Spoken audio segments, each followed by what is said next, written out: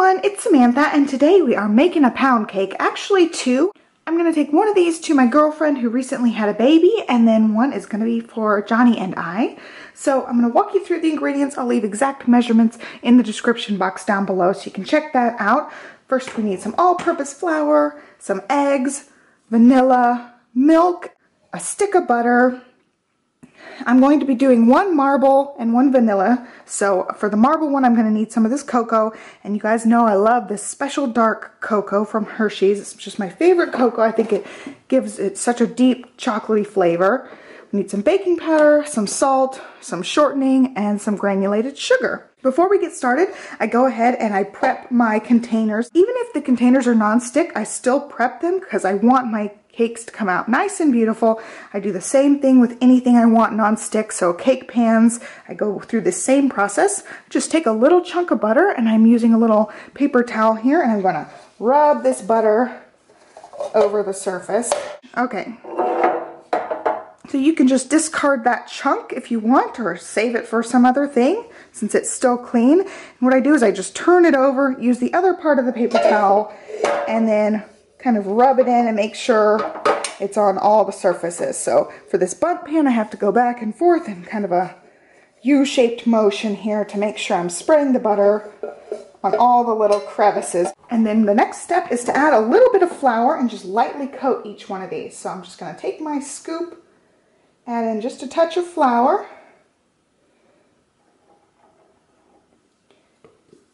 And then I will shake these dishes around to get the flour on all the surfaces of the dish. And I usually, you know, if I'm not filming it on camera, I do this step over the trash can because it does get a little messy. So there's nice and floured. I'm going to empty the excess out. So this one's been emptied, and that's what it looks like. It just looks like a little bit of flour in there. So I'm going to just set these two dishes aside, and then we'll start baking our pound cake. Now, mixing up the pound cake is super easy. You're going to start with your Crisco and your butter, and then you're going to add in your sugar and mix this up until it's nice and creamy. It takes just a minute or so to get these well combined.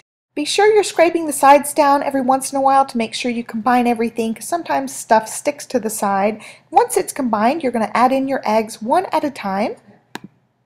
I like to just crack the eggs one at a time into a small bowl and then slide them into the mixer and let them mix around for a couple of seconds before adding the next egg. Once you get all 5 in, again, make sure you're scraping down the sides.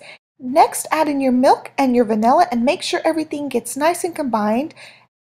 In a separate container, I've combined all of my dry ingredients, and then I'm going to slowly add them into the mixture until everything is nice and combined. You do not have to worry about over mixing this like you have to worry when you're mixing cookies. So you just make sure everything gets really well combined and you're getting all that flour incorporated. It's okay if you have little lumps here and there. Once everything's nice and combined, it should look like this, nice and thick and creamy, and just looks wonderful. If I was not pregnant, I would totally be taste testing this batter. It is so delicious, but it does have eggs, so use your best judgment there.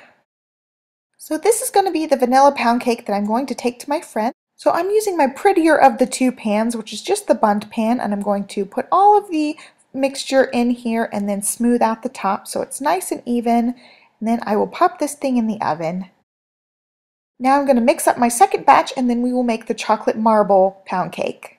Okay, now it's time for the marbling. I just have the dish I had the dry ingredients in, and I'm going to take out about half of my batter. I'm just going to eyeball this because I got to make half of it chocolatey, and this half is the vanilla half. So I'm just going to take out some of this. That looks okay. It doesn't have to be perfect or anything. So I'm going to set this part aside. And then we're going to go back to the mixer. To make this chocolatey, I've got my special dark cocoa here. And I'm going to add about 1/4 cup of this. I like it to be really rich and chocolatey. And it really goes well with the vanilla part of it when it marbles together. So I'm going to plop that 1/4 cup in. And I'm going to fold this in just a little bit and make sure I scrape down all that vanilla from the side, because powdered sugar and cocoa powder tend to go crazy in the mixer. So just scraped that down just a little bit. Now put my paddle back on and mix this slowly at first until we get it all the way combined.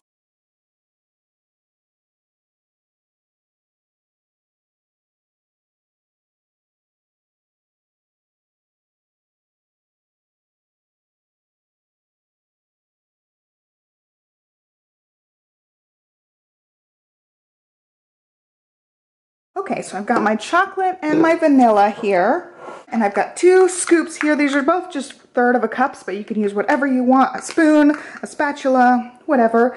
And what I'm gonna do is I'm just gonna alternate spooning it in, and I'm going to use my fork to run the batters together. You can use a knife for this or an icing spatula, whatever you have. A fork just works easy enough for me, so I'm gonna go ahead and start scooping. I'm just gonna randomly put some of these scoops in there and then go to the chocolate. I want it to be super marbled, so just easiest to plop in some scoops.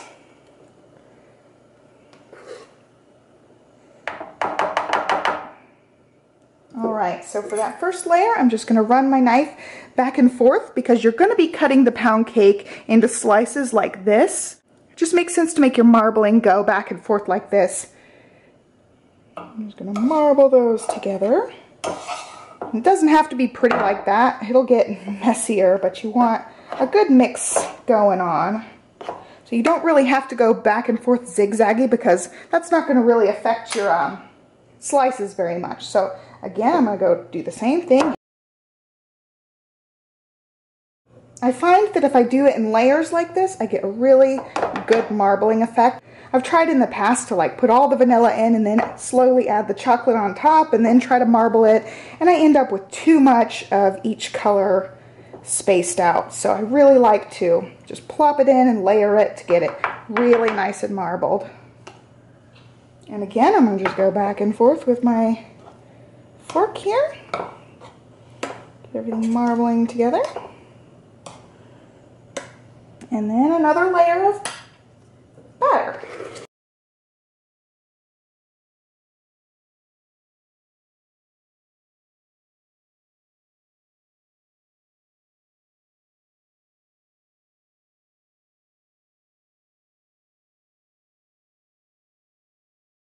And then I'm going to add the last of my batter because I'm running out here.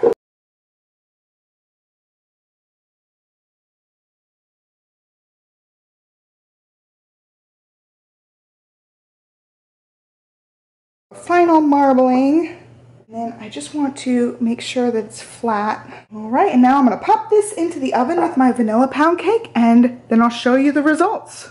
And here are the finished pound cakes. So this one ended up taking about 10 extra minutes, and this one ended up taking about 20 extra minutes. They came out great. You'll know they're done when they get a golden crust on top, and also you can stick a knife or a toothpick in the center, and if it comes out completely clean, then it's done. If it's not quite done, you'll get a little bit of the batter on the knife or the toothpick, and then you know it needs to bake a little bit more. So I'm going to let these cool for about 30 minutes, and then I will take them out.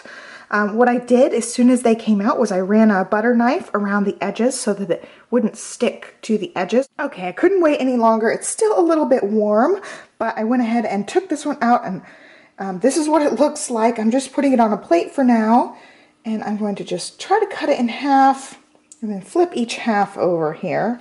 Hopefully you'll be able to see the marbling.